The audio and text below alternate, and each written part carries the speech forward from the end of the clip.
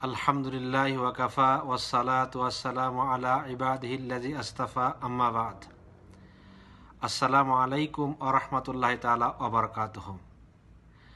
এখন রবিউল আউয়াল মাস।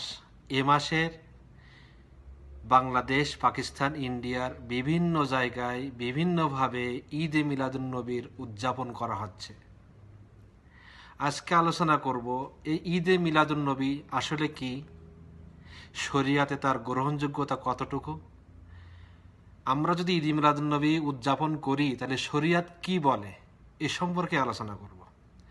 তাহলে সর্বপ্রথম আমাদেরকে জানতে হবে ঈদে মিলাদুন্নবীটা কি। ঈদে মিলাদুন্নবী এটা আরবি শব্দ, যার বাংলা অর্থ হল নবী সাল্লাল্লাহু আলাইহি ওয়াসাল্লামের জন্ম মুহূর্ত, নবীর জন্মের বিবরণ।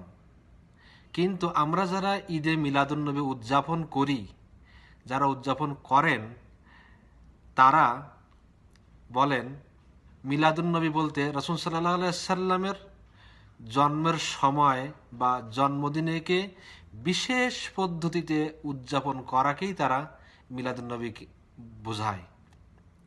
এখন এই মিলাদুন্নবী যেহেতু রাসূল সাল্লাল্লাহু আলাইহি ওয়াসাল্লামের জন্মকেন্দ্রিক, সুতরাং আমাদেরকে সর্বপ্রথম জানতে হবে রাসূল সাল্লাল্লাহু আলাইহি ওয়াসাল্লাম কোন দিন জন্মগ্রহণ করেছেন,